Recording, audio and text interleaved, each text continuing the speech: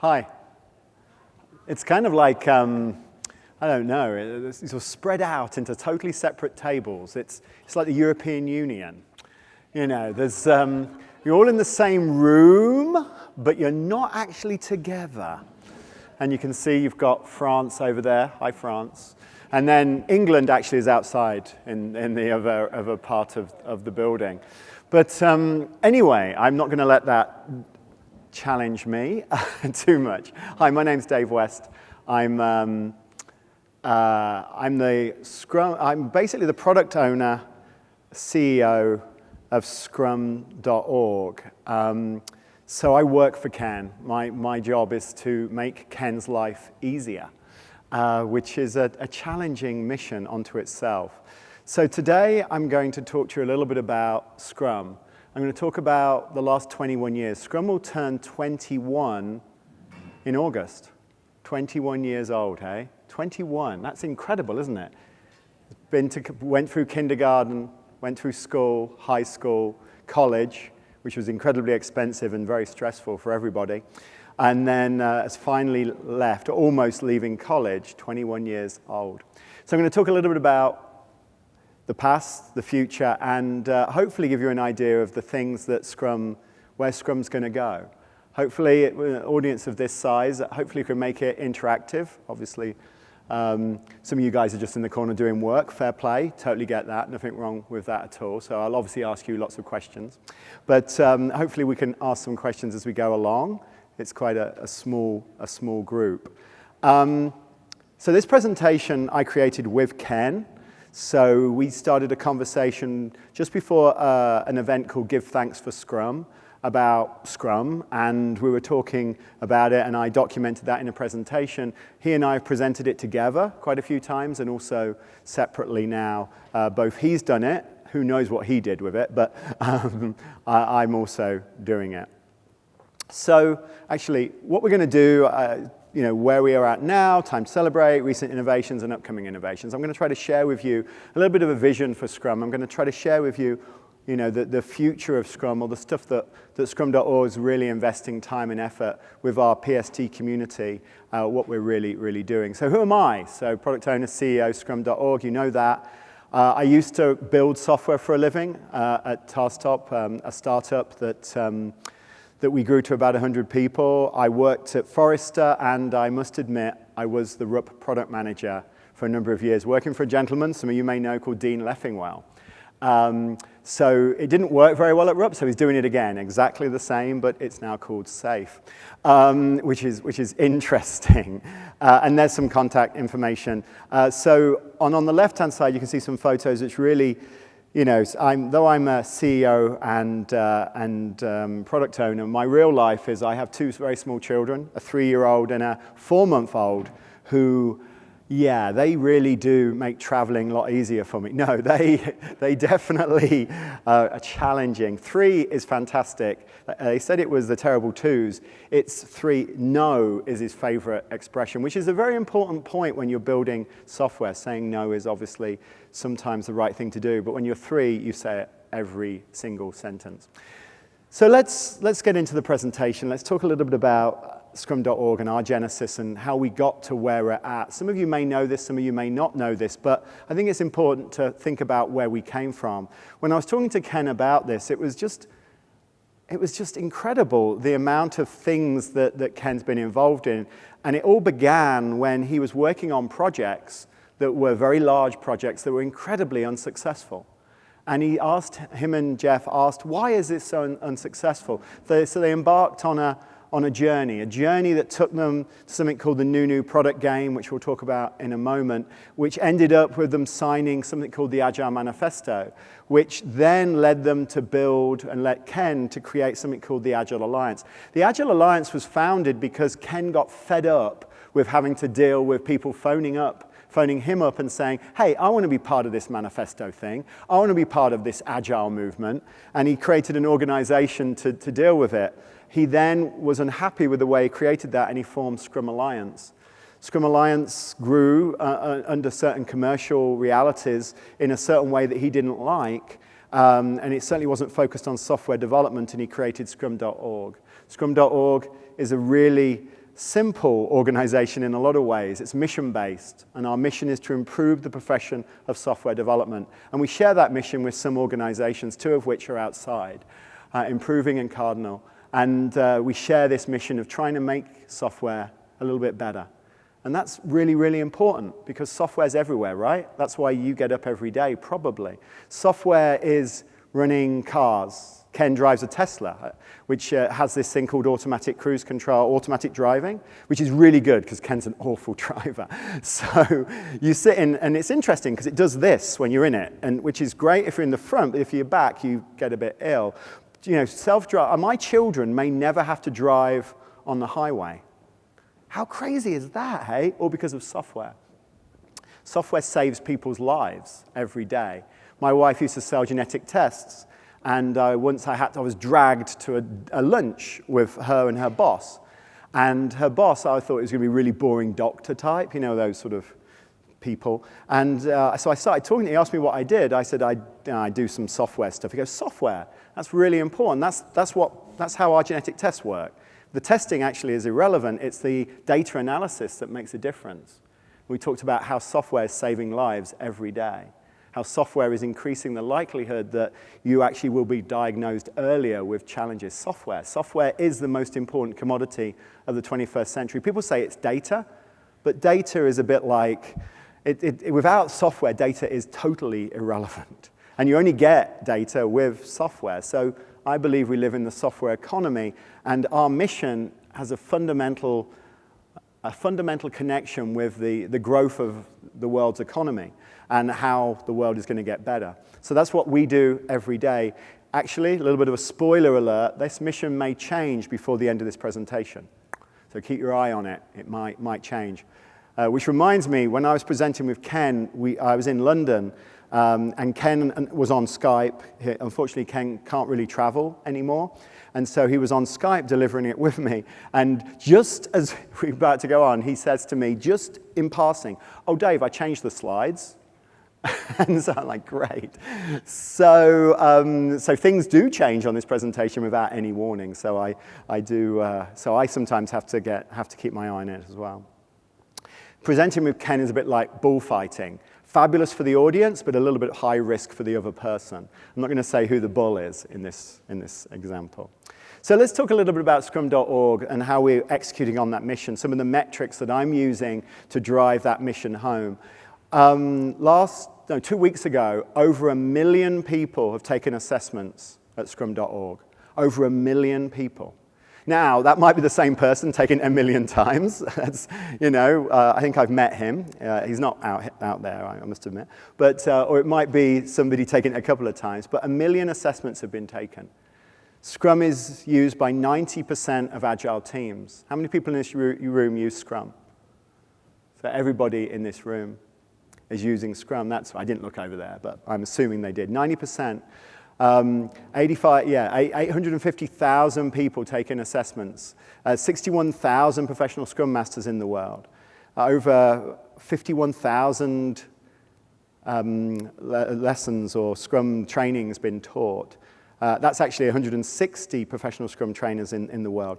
Scrum and Scrum.org is sort of growing massively and continues to grow, and it's really, really exciting to be part of that. But that's great, but let's take us back in time for the genesis of Scrum.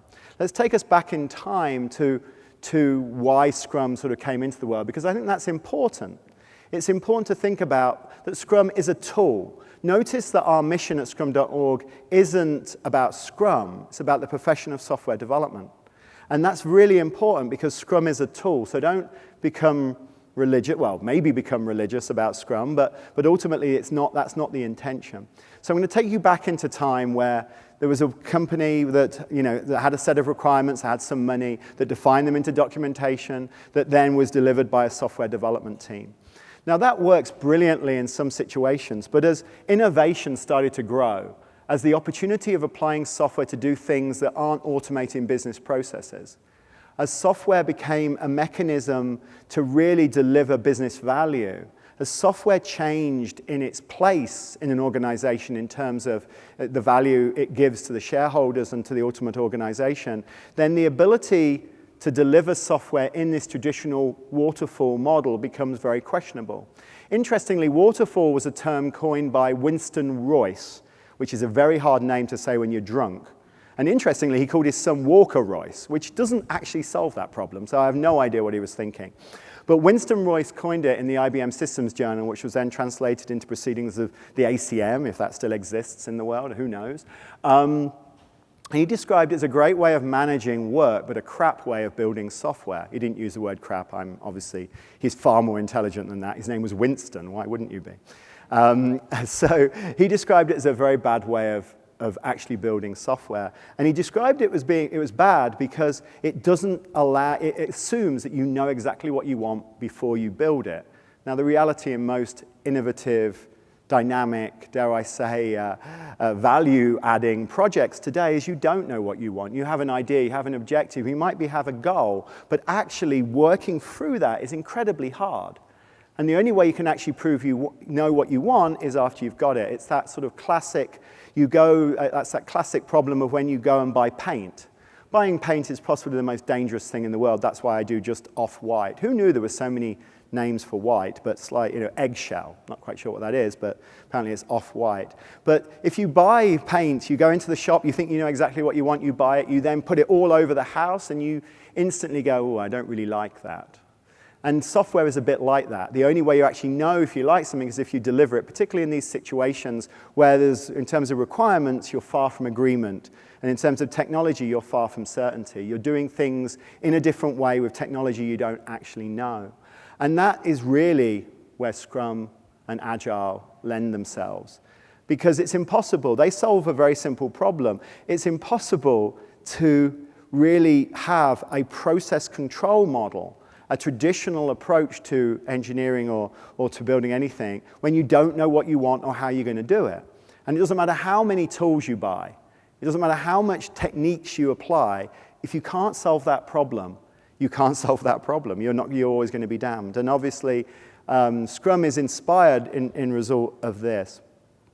And don't just take my word for it. There's an article written in the HBR, Harvard Business Review, 1986. 1986. In 1986, I dressed a bit like Rick Astley.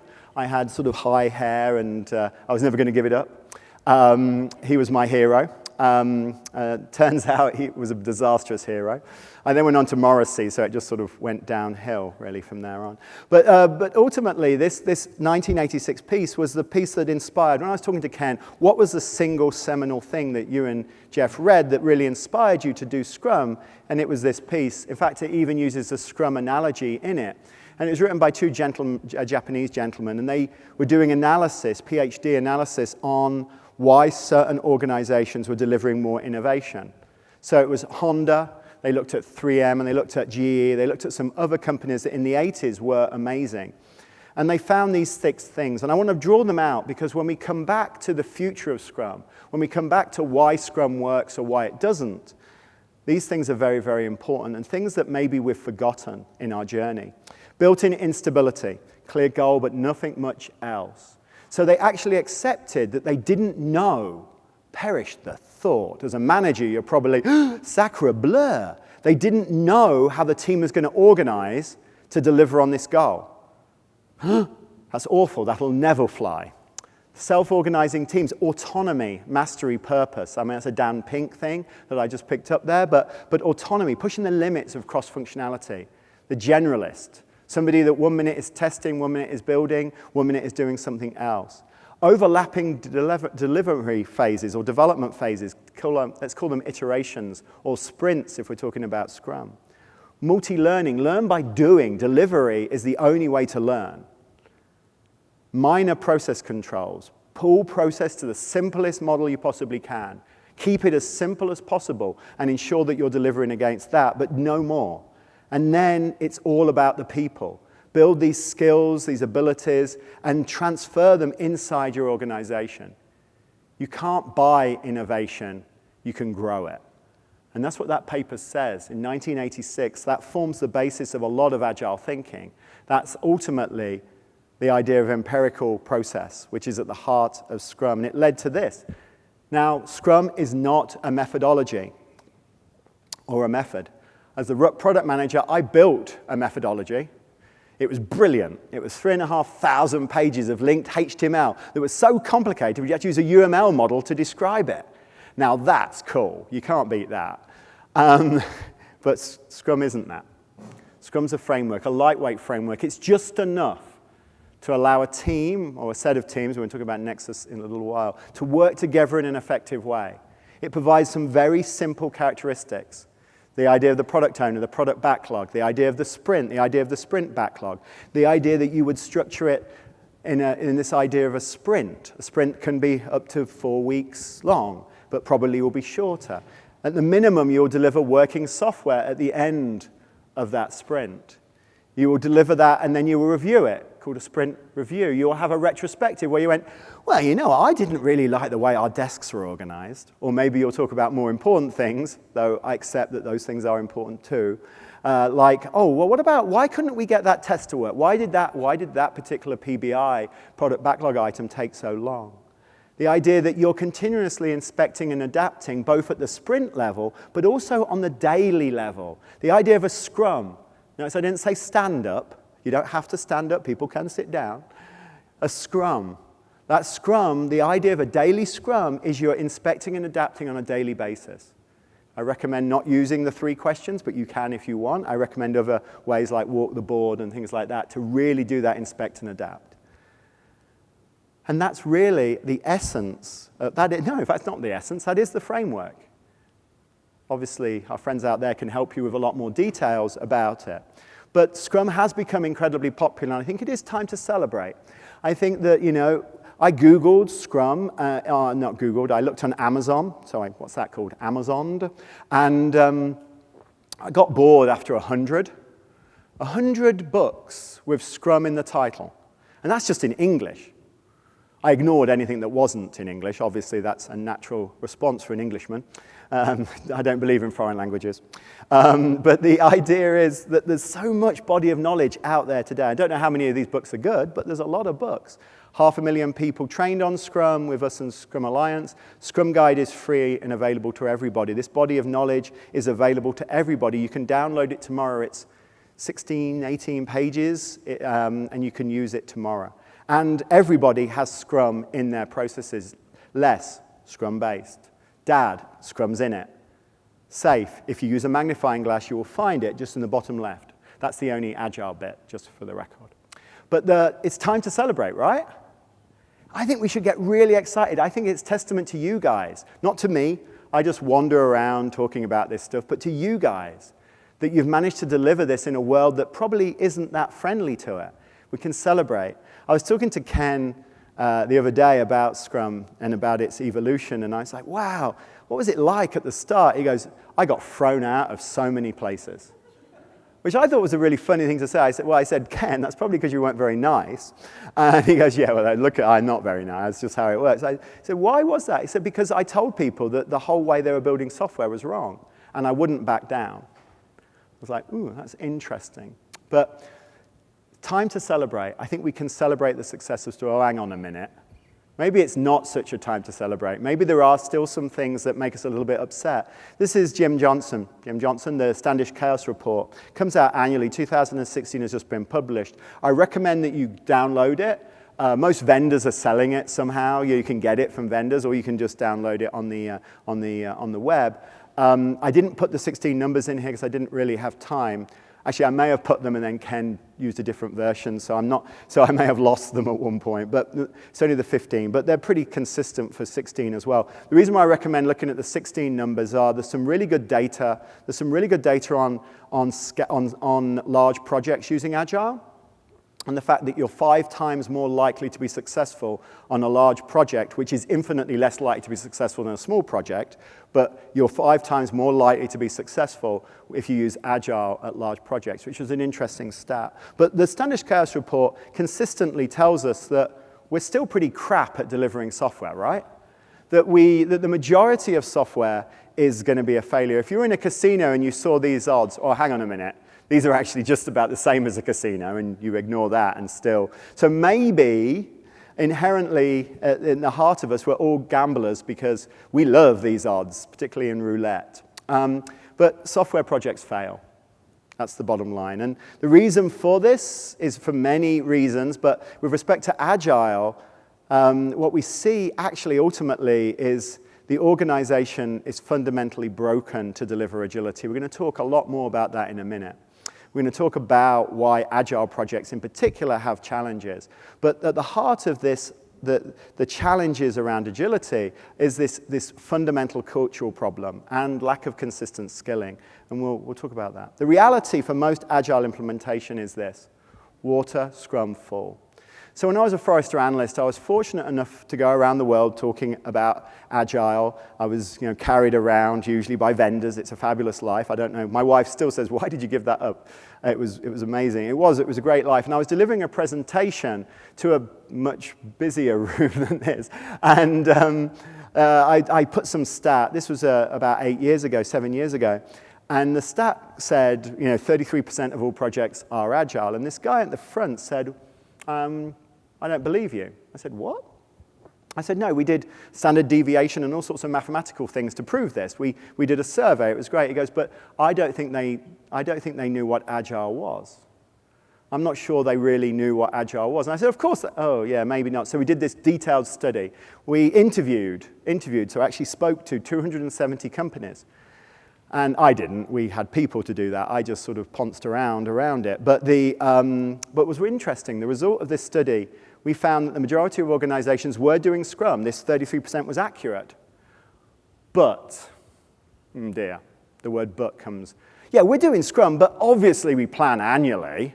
I mean, come on, you've got to fund it, haven't you? How's the funding cycle? I mean, it's annual, right? Or 18 months, right? So we're Agile, and we're doing Scrum. We're doing Scrum, yeah, of course we're doing Scrum, but we only release software quarterly. Actually, or half quarterly, 4 times a year. Wow. So you're actually not Agile then. So you're actually not doing Scrum. What you're doing is you're doing Scrum at the team level. You're doing water, Scrum, fall. Most organizations, unfortunately, are still doing this today. We're going to talk a little bit about why in a moment. Water, Scrum, fall. And you know what's worrying about that release cadence? You know what's the most worrying thing about releasing 4 times a year or less? So how long is the average company going to be in the top 100 companies on the FTSE or on NASDAQ or on the New York Stock Exchange? But it used to be that the average company was in these exchanges and in this top 100 or whatever for 40, 50 years, right? 60 years. Do you know what the average tenure now is? Well, in FTSE, the UK one, it's 11 years now.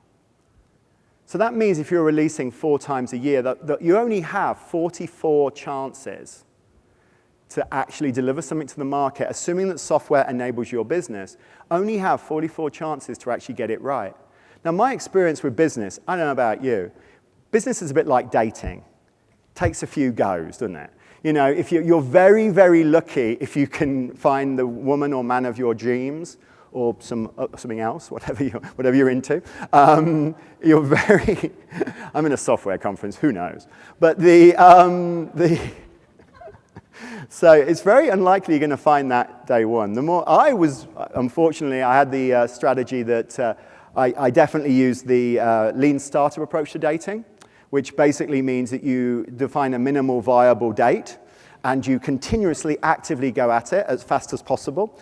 Obviously, there's some hypothesis that you're trying to execute on, and you don't want to know what that was. But the point is that getting software out, actually, frequently, is really, really important now from a business point of view, because hopefully you're delivering value to the market, which makes you more valid to the market, which increases your business value, which ultimately results in you staying in these exchanges or at these levels for a long period of time. If you don't get stuff out to the market, there's absolutely no chance you're going to be successful, right? Well, maybe. So, water, Scrum, fall is the reality. And this is a Ken slide, something that he really feels very strongly about. He said, Agile enterprises are not the reality. Enterprise agility is very disappointing. It doesn't mean it's not been done. Doesn't mean you can't find it in niches and in pockets, but it's a bit like you can find people that have climbed Mount Everest, but they're not everywhere, or won the Heisman Trophy, which apparently is out there. That's apparently a trophy that they give a quarterback for, or not necessarily a quarterback, could be any. I know nothing about football. I'm going to stop talking about that now. And why is it called football if only one guy, who's normally the skinny guy that comes from Europe or Australia, kicks it? Shouldn't it be called not football? Isn't that apart from the Australian? But anyway, so you do get exceptions that disprove this, but ultimately, what we see in most organizations is when they try to do enterprise agile, they try to do it using one of these three patterns. So they bring Agile they bring Scrum in, and it's assumed in an existing organization. You end up with methodologies around it. So I was presented with recently a 300-page description of their Scrum methodology. I was like, wowzers, that's pretty cool. What'd you do with that? Hold doors open. And that's number one. That's what we see often. Sometimes they come along with models like SAFe and the like, and they take good ideas and they put it over the top of your existing organization and just rename it, and it's suddenly Agile. All your BAs become product owners, all your project managers become Scrum masters, and you sort of ignore all the other stuff.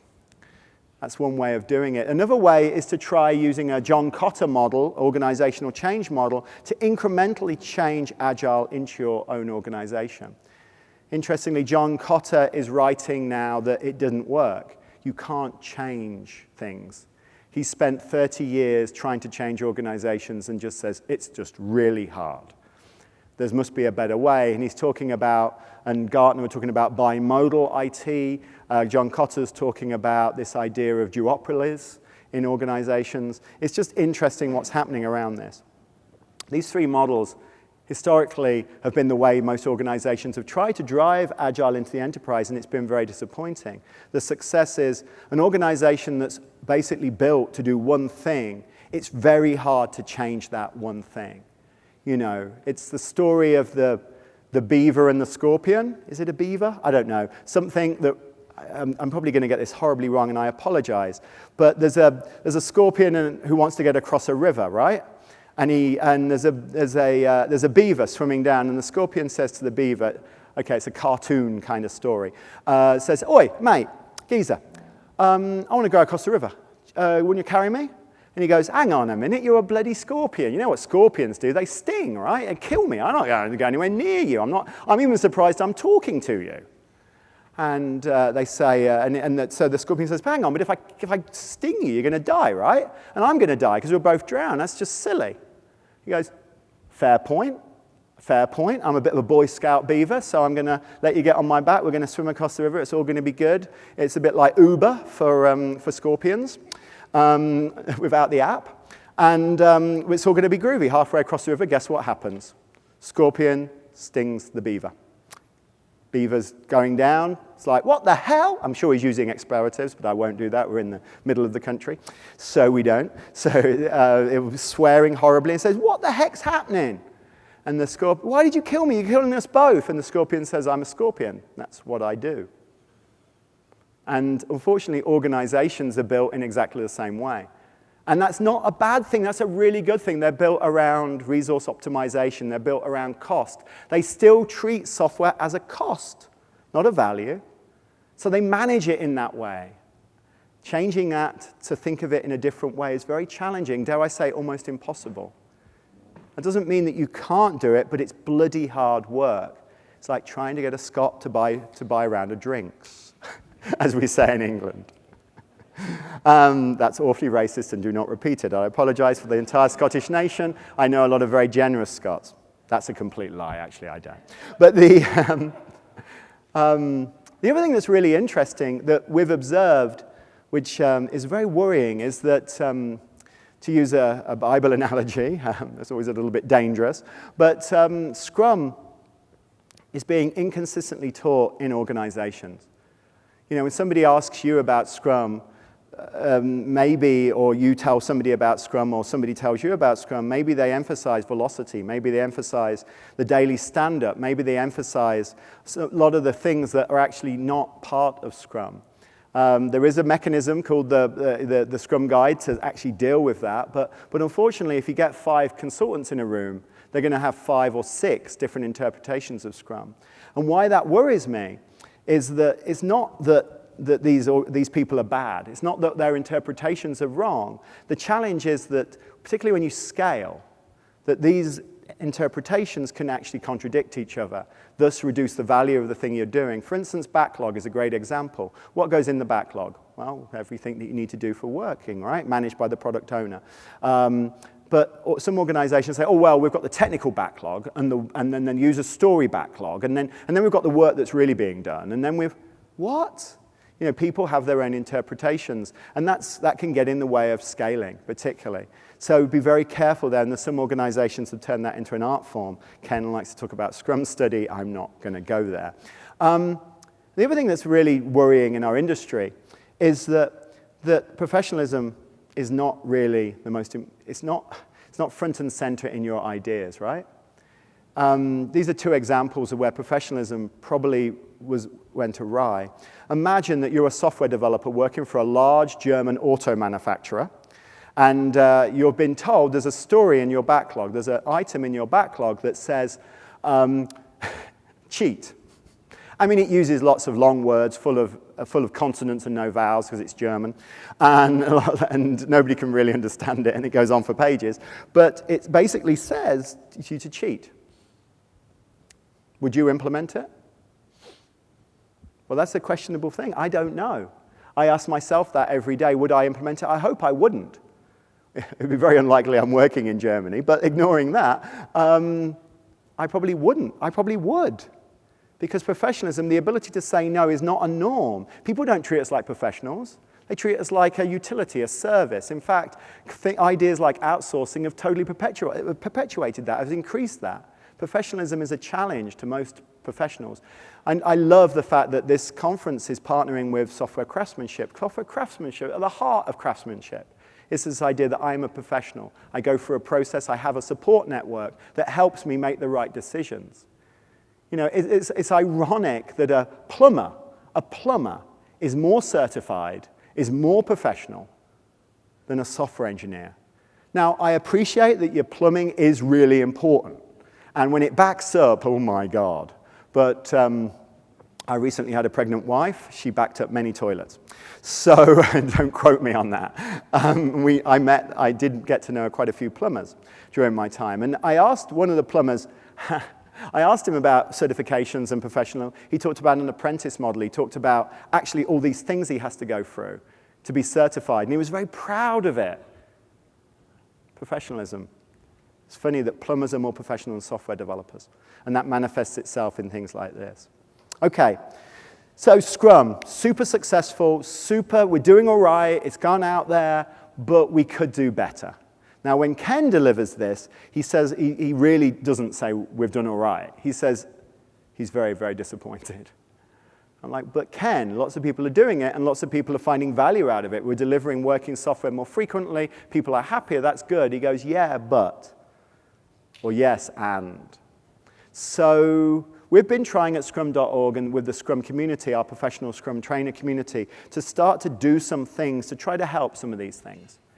They're not the end-all and be-all. You guys are going to have to help us get it right. We're the home of Scrum, but we're not the everything about Scrum. So these are some recent improvements. Let's talk a little bit about measurement first.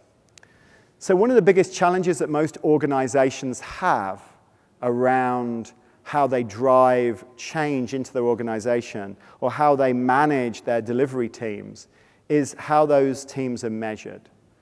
Well, it's normalized story points, isn't it? That's the only way to measure a team. That's obviously the best way of measuring a team. If you can do 100 normalized story points compared to 50 story, that means you're twice as effective. Probably not. What we find in most organizations is that measurement is broken for most teams. And an interesting story, when I was an analyst at Forrester, I went away on my Christmas vacation and I read Dan Pink's Drive book. You know the book, Driven? The Surprising Truth That Motivates Us. It's a fabulous book. Don't buy the book, just watch the TED Talk. It's everything you need to know. Don't quote me on that either, because it's brilliant. Well, buy it, but you don't have to read it. Most authors don't care about the reading, they just care about, anyway. But he talked about lots of things, really, really good stuff around autonomy, mastery, purpose, and how you can build organizations that intrinsic motivation as opposed to extrinsic, anyway. But one thing that was universal through this book was these case studies. The case studies, most of the case studies were software development companies, like Incredible Software, Intuit, Atlassian, these type of companies. So I came back from my vacation and said to a colleague of mine, Jeffrey Hammond, who'd also read the book, I said, let's go and talk to these companies. Let's see what makes them great. And so we did an analysis, not good to great kind of analysis. We weren't that great. But we talked to a lot of these organizations and we found a number of things. But one thing that was universal was the teams knew how they were measured, and those measures were business-oriented.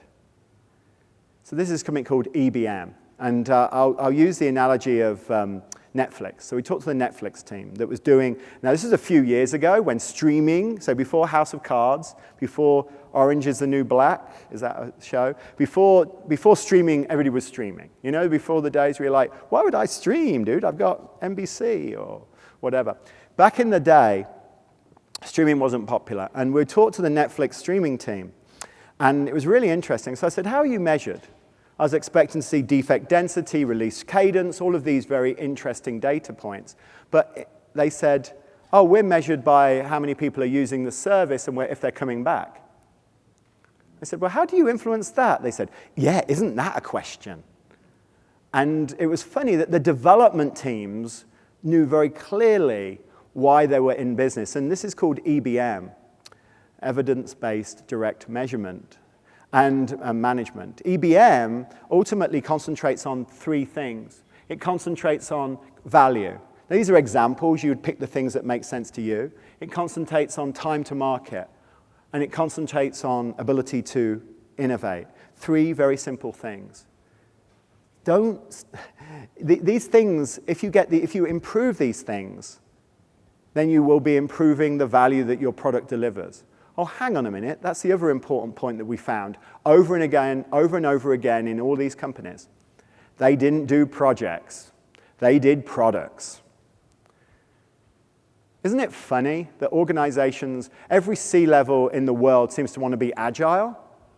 But over the last years of an organization's life, they've accumulated massive amounts of technical debt, and they don't want to change their organization, and they won't go to a product-oriented model. But they want to be agile. Well, all these organizations were very product-oriented, and they had clear measures around what those products delivered, what value they delivered. Now, Ken did some work on this a few years ago and built a mechanism, and he patented a formula that creates something called the agility index. The idea of the agility index isn't that 70 is better than 60 or anything like that, but it's a mechanism that organizations can use to see if they're improving, and it brings these things together. It's kind of an interesting idea. Ignoring the agility index for a second and just concentrating on those measures, you can add a lot of value to your groups. So EBM is one recent innovation that kind of helps you focus teams. Another innovation, and I believe that Ken spoke about this last year here, or the year before, maybe last year. He talked a little bit about scaling. So many organizations are working in one Scrum team, and they're working here in this sort of messy environment. You can't really see it on the projector, but they're working in these messy environments. But they're surviving. They've got their product backlog. They're working on it, and all is reasonably well. They're dealing with the chaos. They're managing the complexities and the dependencies internally, and they're surviving. And Scrum lends itself very nicely to that. The framework of Scrum, out of the box, is easy to implement at this sort of team level. But as organizations grow in complexity, as teams of teams start to work on common endeavors, dependencies start to hurt, right? Dependencies, you're dependent on this person delivering something in a certain order. You're dependent on this person or this organization delivering something to you. These dependencies start becoming incredibly painful. What we've identified ultimately is that Scrum could be enough, but many organizations can't implement it. So Ken and Scrum.org and the professional Scrum trainer community created something called Nexus. The Nexus is a framework like Scrum, but it's different to Scrum because it's an exoskeleton to Scrum. You can think of it as an addition, a thing that goes on top. It's really just Scrum, but in the large. It provides you with a series of different extensions to Scrum, a series of different ceremonies, a series of different artifacts that help you scale Scrum in the enterprise. What Nexus allows us to do is really get 2 to 9 teams to work effectively together. It introduces some interesting ideas. One is the Nexus integration team. So ultimately, having a set of responsibilities or a responsibility for managing those integrations. Integrations will kill you if you don't actively manage them. The Nexus integration team is a team of people whose sole responsibility is to deal with the impediments, the integration impediments that the Scrum teams are dealing with. You'll notice that there's some additional ideas like refinement, for instance, is finally in a framework. It should probably be in the Scrum framework, but Ken and Jeff can't agree it for some reason, but it is in part of Nexus. The idea you're doing refinement, because when you're at scale, refinement is so important because it really does. What comes into the backlog, the dependencies, will actually end up hurting you if you don't continuously refine your backlog. It provides this idea of a Nexus daily Scrum. Some organizations have this concept of Scrum of Scrums. Well, the Scrum of Scrums was never formalized, and what the Nexus daily Scrum does is it provides a mechanism for not just the Scrum Masters, but for the people that are necessary, that are having the biggest challenges around integration to get together. And you'll notice that ultimately, the Nexus, like Scrum, is about building an integrated increment. It's basically all about delivering working software as a group, continuously, at the minimum at the end of a sprint, a Nexus sprint. So this idea of a Nexus is really providing you with additional capabilities on top of Scrum, an exoskeleton, additional set of artifacts, an additional set of roles around Scrum that can help you at scale. So EBM, this idea that if you start thinking about measurement differently, if you start focusing on evidence instead of circumstantial stuff, you can really start to improve your Scrum implementation and start to get agile. This idea of Nexus, an exoskeleton to Scrum that provides us with additional things that helps us navigate dependencies in Scrum implementations. I want to talk a little bit about the Scrum Guide because the Scrum Guide, there's 42 translations, very good. Vietnamese, I noticed the other day, which I didn't know people were doing Scrum in Vietnam, but they apparently are. I got an email from some very unusual, there's a language I'd never heard of recently. There's only 30,000 people speaking it, and they want to translate the Scrum Guide. That's cool. Scrum Guide is the body of knowledge around Scrum. It's freely available to everybody. And it continuously evolves, not massively, but in July there's going to be a big release of Scrum Guide. There's going to be an update. And it's a big release, 2 new paragraphs. Woohoo! World shakes in response. In July 2016, announced as part of a webinar with Jeff and Ken, we're updating the Scrum Guide. And we're updating it to include these values. These 5 values. Now you might say, why aren't they the same order? I apologize, I did this slide. So Scrum, to do professional Scrum, to be professional, you have to live a certain set of values. Those values were missing from the Scrum Guide historically. But these 5 values, if you can think about these and actually talk to your team about them, are the 5 values that can really help you deliver better software. First one is commitment. A commitment by the team to actually deliver working software at the end of each increment. A commitment that they will work together to do that. A focus by the team on only what the most important things are and to ignore all the other stuff. To focus as a team, to stay focused on their sprint goal, to feel focused on delivering value to the business. An openness. The fact that they accept that they're continuously inspecting. Some people say, oh, well, Scrum's a methodology that will help me build software better. It's true. It does help you build software better. It's not a methodology. But ultimately, it actually makes things a lot worse often because it makes things transparent.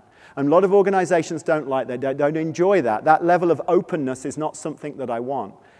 You find that very quickly when you do your daily Scrum. You get people into a room, or standing up if you want, or sitting down, and you walk the board, and you find that this guy doesn't want to share what he or he's been doing. Openness isn't a trait that we want because we think if we're open, we're only going to get penalized, right? If we share that we don't know something, if we don't have the courage to actually share that we don't know it, we're going to be hurt. Our society has created, if I don't say anything, somebody else will get, software development's a bit like Russian roulette, the thing with the gun. If I'm quiet, somebody else will have to admit they've got it wrong first. I know when I was working at Rational Software, we used to have this release train meeting. Thanks, Dean. And we had this massive meeting, and basically, it was luckily, most times they read it, so the way Outlook worked, it was alphabetical, and they went through the product managers in an alphabetical, and I was W, which was brilliant, because it meant somebody else, usually a guy called Abelow, Dave Abelow, always had to admit that he was missing his target, he was red. And I'd always say at the end, oh, well, because he's red, I'm going to add a few more things to the release. Is that okay? So I'm going to go red just for a little while because he's red. And that's the model that I always used to run to. It was brilliant until one day they reversed the order and I was completely screwed. But the point is, you have to be courageous. You can't play Russian roulette. You have to admit, hey, I just don't know this. How are we as a team going to solve this? You have to respect that a cross-functional team can work, that you can't tell people how to do their jobs continuously. That doesn't mean that that's not effective once or twice, but it doesn't scale. The heroic command and control leader does not scale, and you're losing all this brain power in the room because that person is in charge. And you need to provide an environment that's open where we're frequently inspecting and adapting. These 5 values are going to be in the Scrum Guide in July. There's going to be a webinar by Jeff and Ken. Look to scrum.org to see when that is and work with some of the guys outside who are going to be obviously involved in that rollout. It's really exciting to see it. And the other reason why we're doing the webinar is to prove that Jeff and Ken do still talk, which people go, oh, they've fallen out. No, they haven't. I was there. Yes, they do have a bit of Tesla envy thing going on. Jeff's recently got a better Tesla than Ken. Got a bigger battery. It's a 90, not an 87, whatever that means. So Ken now is buying a bigger battery. He's hoping for 100. So apart from that, they are still good friends. So it's coming out. So we've got basically Nexus, so this idea of scaling Scrum, scale professional Scrum. There's some training classes that will be running in your area soon on that. Sign up, have a look at it, see how it works. The idea of EBM, the idea of actually changing your values, your measurement system is important. And then, of course, the 5 values that are going to be in the Scrum Guide. They're recent innovations that Scrum.org has been driving. And working with the community, working with the professional Scrum trainers, working actually with a number of people in this very, very environment in Columbus on those things. So what's next? How do we address some of these major issues in organizations? How do we get agility to really, really start firing on all cylinders in many companies? I don't know, honestly, but these are some ideas that we're working on. And one of it starts with this idea of done. So software engineers have as many definitions of done as Eskimos have for snow. How many times have you gone to a software engineer and said, I said, is it done? They say, yeah, it's done. And you say, all right, I'm deploying to production. Oh, well, it's not done. Oh, it's still got to go through smoke testing, security testing, performance testing. Oh, and then we've got to make sure that it's in the staging environment. I've got to recheck that. We've got to work with operations to ensure the deployment scripts are connected. We've got to do a backup of the mainframe of the database. We've got a migration script to update the database. But it's done. Hang on a minute. No, it's not. Done is very, very simple. Potentially shippable. That's what done means, right? That means I can ship it. but most organizations aren't there. Today, we are seeing a lot of organizations have managed to get test into their definition of done. That's kind of cool. But when it comes to deployment and operations, not happening. In fact, it's so bad, we've given it a name now. It's called DevOps, right? It's because developers and developers and operations don't talk. And obviously, Gene Kim and the Phoenix Project described a lot of that. Which is very, very worrying. When I talk to Ken or I was with Alistair Coburn this week in Philadelphia, and I talk about DevOps, they just sort of sneer. And I'm not quite sure if it's jealousy or he was drunk or something, but they sneer because ultimately, Agile's always been around DevOps. It's not just about testers in the team, it's about delivering working software. In fact, agility ultimately is about no-ops now. It's about delivering continuously to production. We don't want DevOps, we want no-ops, right? You can say, oh, well, that's not the real world, this real world. Is it not? Then why can Netflix, Uber, why can Amazon, why can Airbnb, why can all these companies deliver working software continuously to production? But it's not the real, they don't live in the real world. Yeah, they don't, perhaps. But ultimately, we have to improve our definition of done. We have to get operations. Now, imagine if we work in this hypothesis-driven development model, if we work in a world where we're getting data back to the teams, that also includes business instrumentation. Imagine if my definition of done didn't just include moving it into production, didn't just including all the build scripts and the database provisioning and all of that kind of stuff, the backups and migrations, but it also included instrumentation that allowed me to then get data back from production into my development process. Imagine that lean startup and lean analytics were a natural part of the process. That's ultimately what we need. EBM might form the basis of that, but being able to deliver that done, getting data back into my life cycle is what done really means. It really does. It's not just talking about dating, it's really dating, and then analyzing the data afterwards. Just to use that very poor dating analogy that I brought up earlier, which now I wish I hadn't. So, there's an idea that we've been kicking about. This is a little bit, the pun is intended, Scrum Development Kit. So organizations are wrestling with this idea of done. Great teams, awesome teams, amazing teams actually manage to do it, right? But the majority of teams are like scrambling around like a bunch of people that aren't getting it done. I was going to use some very inappropriate analogy, which I'm not now.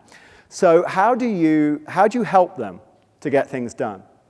So in software development, when I started in software development as a C++ developer, I used an SDK. Don't know if you guys have done that. An SDK included not only the class library, the series of classes that I could use to build very cool, often very complicated C++, but also it included documentation, it included some test harnesses, it included a build script that you had to instantly rewrite because it never worked. It included a lot of extra stuff.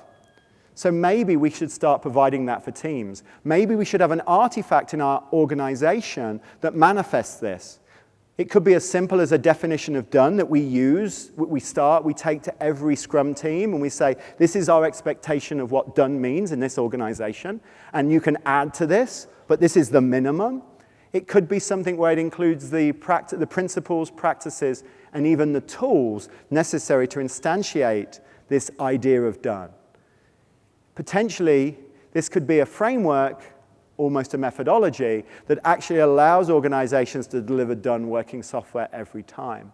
The reason why I like this isn't because you can do all of this stuff with it, it's because there's an artifact that somebody is accountable for. There's an artifact inside the organization where they're being measured on how rapidly teams are getting to done. An artifact that they're responsible for, or the community is responsible for, if it's more than one person, for helping teams get to done. When I worked at TaskTop, as I was a chief product officer, I was running engineering and product management and architecture. And we started with a very small team. When I joined, there was 20 people, and my development organization was about 5, 6 people. And we worked to one Scrum team. It was great. Everything was groovy. It was fabulous. As we grew to 50 people, we found very quickly that we couldn't communicate what it meant to deliver working software into main and into the product. And so we built out a Confluence site that clearly said exactly what those things are. It included frameworks, it included the build scripts, it included all the technology necessary so that somebody could come into one of our Scrum teams and relatively quickly deliver working software. In fact, the rule was they had to do it within the first day. Not a massive change, just a little change. Though one guy did a massive change and completely buggered the whole thing up. But mostly it was just a little change. And that idea, how many of your teams could do that today? 1 line change, 2 line change, 5 line change, get it into main and get it into the main build, into production. Can you do that? How long does that take you? Maybe this is a mechanism to drive that. Maybe it's not, I don't know. It's just an idea. Vendors seem to like it. They seem to want to do this. They're like, oh, we can help you build software and release software. People like Pivotal, people like the IBM, the Azure team at Microsoft, or the IBM Bluemix team. They seem to want to be a part of this. So this concept of a Scrum Development Kit. Okay, so that's a nice idea. Maybe some of you could maybe take that home and start using it. Maybe you can build your own SDKs, your Scrum Development Kits. Maybe it's just an artifact that you use to drive that definition of done into your organization. But there's something more radical. It's time for a new approach. I don't want to say that SAFe is bad. Scaled Agile Framework is awesome. It's doing lots of great things. It's helping people build software better. But it isn't helping you become more agile. The time is right to discard that hierarchical, departmental organization. That organization that's optimized around costs, managing resources, that treats software development and its maintenance as an overhead, to something a little bit different, something that looks more like a software startup, something that looks more like an organic, agile enterprise. We're not the only people that are saying this. John Kotter's saying this. We're seeing this. The lean startup community is saying this. Stephen Blank and Eric Ries.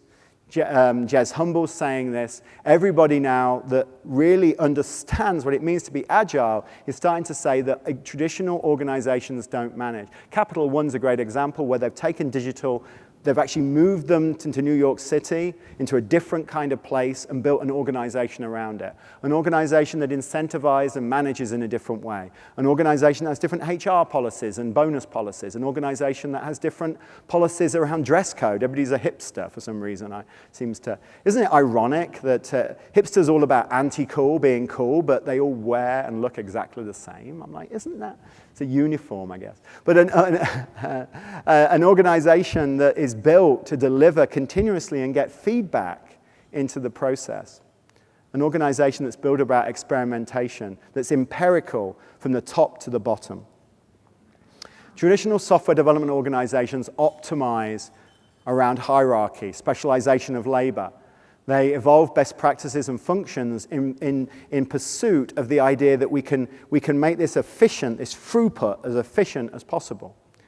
They create organizations on top to manage the complexity called the Project Management Office, whose sole job is to manage the money and make sure that it's spent in the right spaces and to manage resources in response.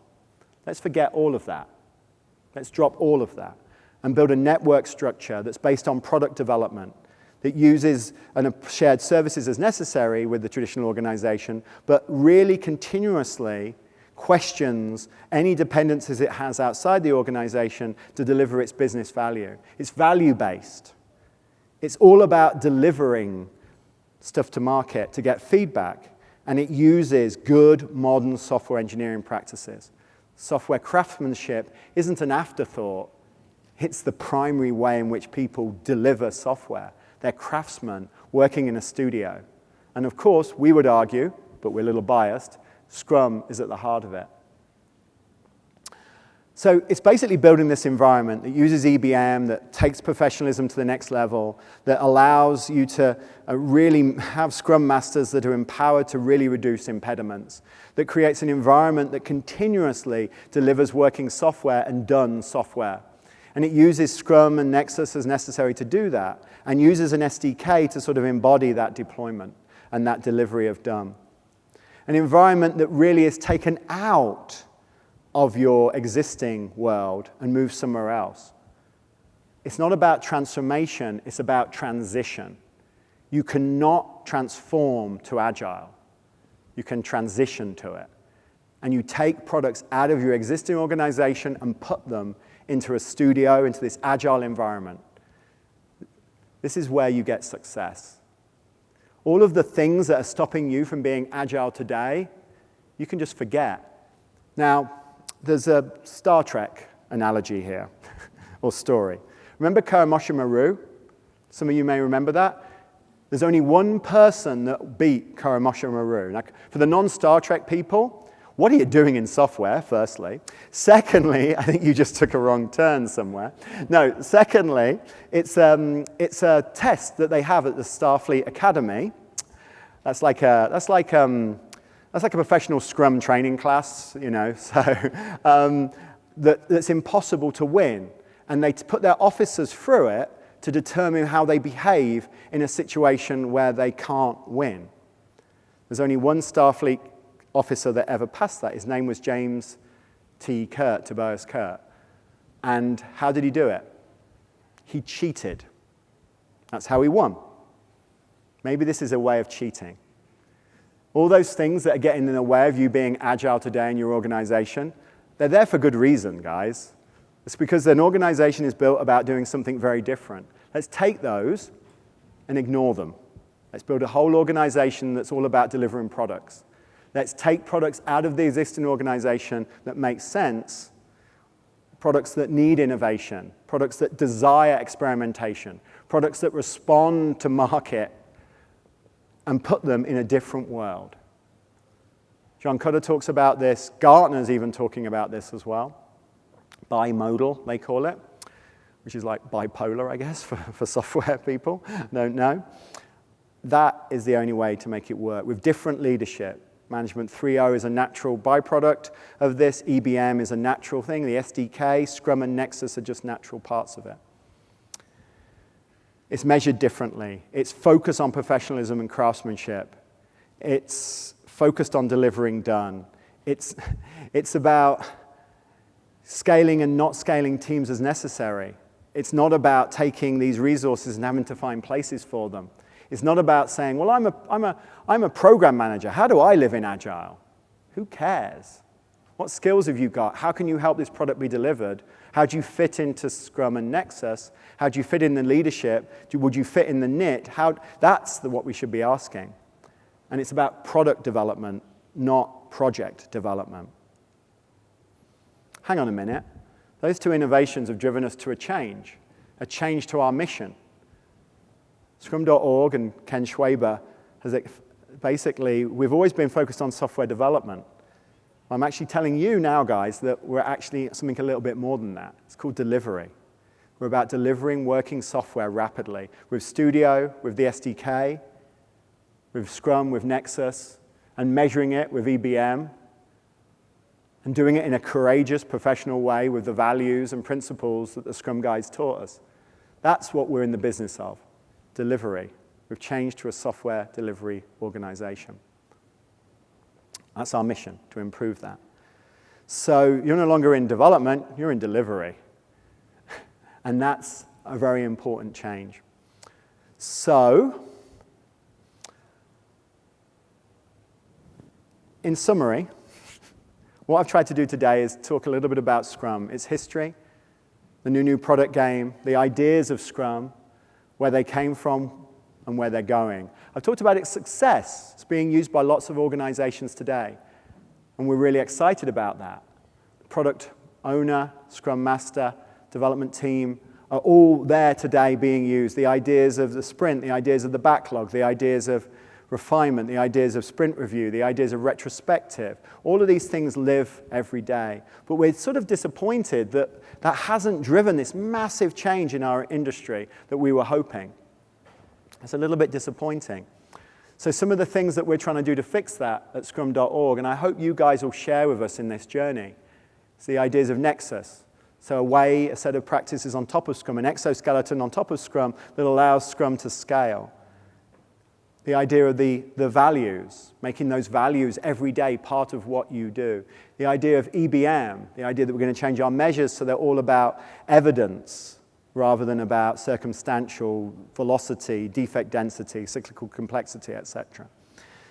And then some of the things that we're really driving to the future with Studio and with this concept of an SDK. That's what I wanted to share with you today. Hopefully it's been a little bit interesting. Hopefully it's been a little entertaining. I apologize for any Scots in the room. I don't really. But you're all awesome. And I wouldn't want a drinking match with you, so let's urge your strengths. Hopefully you've had some fun. Hopefully it's made you think a little bit about what you're doing. Hopefully maybe you can take something home. Maybe it's SDK, maybe it's Nexus. Work with our partners, Improving and Cardinal outside. Come and see Eric and me, who are wandering around looking confused. Well, Eric isn't, but I tend to get very confused very easily. Outside and ask some questions. And any questions or comments for a couple of minutes? You're like, God, Dave, what was that? Was that a sermon? It was a bit, wasn't it? I kind of wanted it to be more interactive, but when I get on one, you just can't stop me. So I apologize for that. You're like, I've not understood a word of what you said. That silly accent of yours totally sidetracks me. Yeah, luckily, though, it's kind of useful. I've got a beautiful wife because of it. So. American, obviously. If you're British, you should move to America. It really does work. It's great. Well, you guys need to go to Russia, I guess, or somewhere. Yeah, that's probably the equivalent. I don't know. Any questions or comments? Does it sound fun? Does it sound like something you want to share in? Yes, well, I know you guys. You're obviously drunk, but apart from that,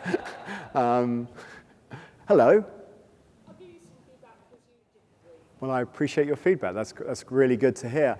I mean, Ken is Ken, and his style can be a little bit disappointing. Also, he's not super well, and he gets tired and stuff like that. But yeah, and so what we're trying to do at Scrum.org, this is the future of Scrum. We are investing in it massively. We're hiring people to help us and to do it with us. We're working with people from the Stanford and Lean Startup community. We're really trying to build the future because ultimately software is so important, and Ken really cares about this. Do it right is so part of his DNA. And even if he can't be here, these are his words delivered in a funny English accent, obviously, which makes it sound far more credible. But that's really, so I appreciate your feedback. And obviously tell Brad and gang about general session. I'd have much preferred the room to be full because I'm a little bit of an egomaniac. Or supervillain, depending on your point of view. So I would have really enjoyed that, but I do appreciate that. Cool. Excellent. Well, thanks, everybody. Hopefully have a great conference. Talk to you later. Bye-bye.